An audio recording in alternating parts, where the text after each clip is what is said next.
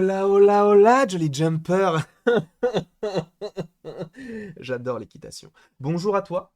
J'espère que tu vas bien, que tu as passé une bonne journée, une bonne matinée, un bon réveillon. Peu importe. Tout ce que j'espère, c'est que tu te portes à merveille. Sachez que cette vidéo n'était absolument pas prévue. J'étais tranquillement en train de préparer les vidéos pour les prochains jours au moment où je vois passer sur Twitter des choses en rapport avec la série Daredevil. Parce que vous le savez, ou peut-être pas, mais la série pourrait quitter dans peu de temps, à prendre avec d'énormes pincettes, mais pourrait quitter donc la plateforme Netflix d'ici le 1er mars 2022. C'est très étrange, mais vous allez voir qu'en soi c'est plausible entre guillemets, et on va notamment lire un article qui en parle sur What's on Netflix, je crois que c'est ça. Donc à prendre évidemment avec d'énormes pincettes. Mais pourquoi? Déjà, revenons à la base. Netflix a produit et diffusé plusieurs séries en rapport avec des personnages Marvel. Que ce soit Daredevil, Iron Fist, Luke Cage, le Punisher, on a également Jessica Jones et la série crossover qui s'appelle les Defenders. Très très bien. Donc on compte pas moins à peu près d'une dizaine de saisons entre guillemets à tout casser en comptant toutes les séries qui ont été diffusées. Donc à peu près, hein, c'est une fourchette on va dire. Sachant que donc elles ont été produites et diffusées sur Netflix, là, elles pourraient changer de diffuseur. Mais où est-ce qu'elles pourraient arriver? Apparemment, ce n'est pas impossible, mais elles pourraient arriver sur Hulu. Parce que, je te rappelle, que aujourd'hui, les personnages donc de l'univers Marvel, qui ont été donc utilisés pour des séries sur Netflix, n'appartiennent plus à Netflix, puisqu'il s'est passé, je crois, 2 ans entre le moment de la dernière diffusion du dernier épisode jusqu'au moment où bah du coup le MCU entre guillemets récupère les droits. Donc maintenant Jessica Jones peut être dans les films du MCU, dans les séries du MCU, tout comme Daredevil était dans Spider-Man No Way Home, tout comme le Kingpin joué par Vincent D'Onofrio était dans la série Hawkeye. Donc ne vous inquiétez pas, je pense qu'il peut y avoir d'autres personnages de l'univers Netflix Marvel qui peut ou plutôt qui peuvent arriver dans le MCU et ça serait extrêmement intéressant. Je ne sais pas ce que vous en pensez. D'ailleurs, n'hésitez pas à me dire en commentaire si l'arrivée de certains personnages vous hype ou non. On en a parlé quand même pas mal sur la chaîne, mais j'aimerais bien avoir vos avis. Il est vrai, tu vas me dire, Hulu, on l'a pas en France. Il est vrai. On a une autre sorte de plateforme sur Disney+, qui s'appelle Disney Plus Star ou Disney Star, je ne sais plus, je crois que c'est Disney Plus Star. Donc, qui répertorie, entre guillemets, les programmes un petit peu plus adultes et qui viennent possiblement d'autres chaînes. Par exemple, je crois que sur Star, je ne m'en souviens plus. Mais attendez, je vais juste, tu sais quoi on est vraiment nature ici, d'accord? On va aller directement sur Disney Plus et je vais vous dire ce qu'il y a sur Star, ce qu'on peut trouver sur Star, pour vous prouver qu'en soi, d'autres diffuseurs qui étaient de base, en soi, les séries Netflix peuvent arriver sur Disney+, sur Star, ce n'est pas du tout illogique, et je sais pas pourquoi, mais Disney+, bug, donc tant pis, j'aurais pas d'exemple, mais bon, ce n'est pas très grave, mais en soi, la série, ou plutôt les séries Netflix de Marvel, pourraient arriver sur donc Star ou Hulu en français. Et pourquoi? D'où est-ce que ça part? Ça part d'une capture d'écran par rapport à, je crois, enfin en tout cas c'était par rapport à toutes les séries, c'est qu'en fait on avait ça. Donc là vous voyez que c'est le premier épisode de Daredevil, donc de la première saison, et il y a marqué tout là-bas, This show is available until the 1st March 2022, évidemment. Et qu'est-ce que cela veut dire? Ça veut dire cette série est disponible jusqu'au 1er mars, sachant qu'on est le 11 février. Personnellement, je me suis dit, bah, ça tombe mal, puisqu'en soi, je suis en train, en ce moment, de regarder Daredevil avec ma mère. Donc, on en est qu'au début de la saison 2, donc il nous reste encore pas mal de temps. Enfin, plutôt pas mal d'épisodes et peu de temps. Donc, j'ai eu peur. Je suis allé moi-même sur Netflix en France et il n'y a pas marqué ce genre de choses. Donc, est-ce que ce n'est pour l'instant que prévu aux États-Unis? C'est possible, mais ça serait assez étrange. Mais c'est évidemment tout à fait possible. Et donc, voilà, d'où est-ce que ça sort? Cependant, on va aller sur une sorte d'article, alors j'espère que ça va s'afficher. Normalement, ça s'affiche comme prévu. Donc, j'ai mis la traduction Google directement, comme ça c'est plus simple pour vous.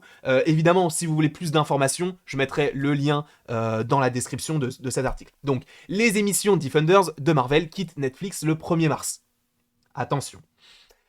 Du coup, depuis le 11 février, chaque saison de la franchise Defenders de Netflix affiche des avis de suppression dans certaines circonstances, on s'en fout.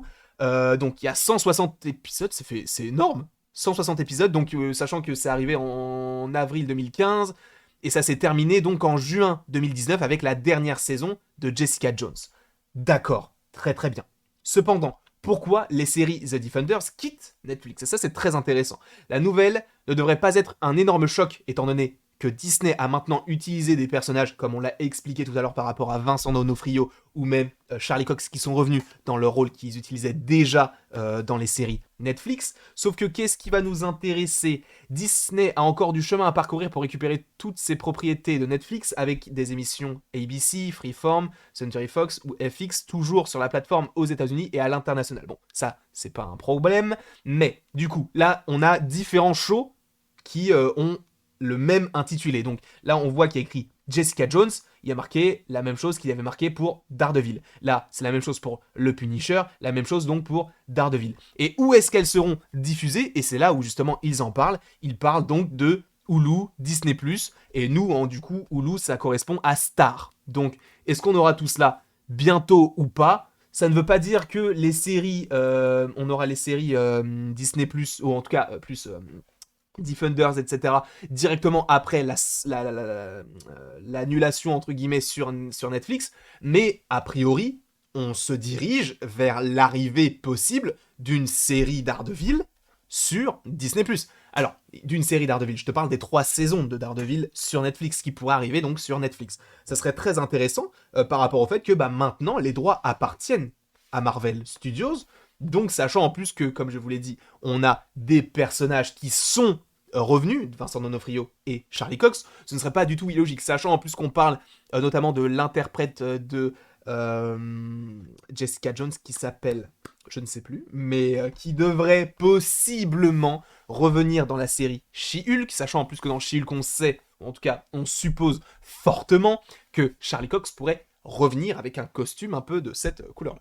Mais, bref, en tout cas, moi je trouve ça très intéressant, parce que pour l'instant, évidemment, on a le cas que aux États-Unis. Vous pouvez vérifier en France, c'est pas écrit. Il n'y a pas écrit, il vous reste tant de temps avant de finir cette série.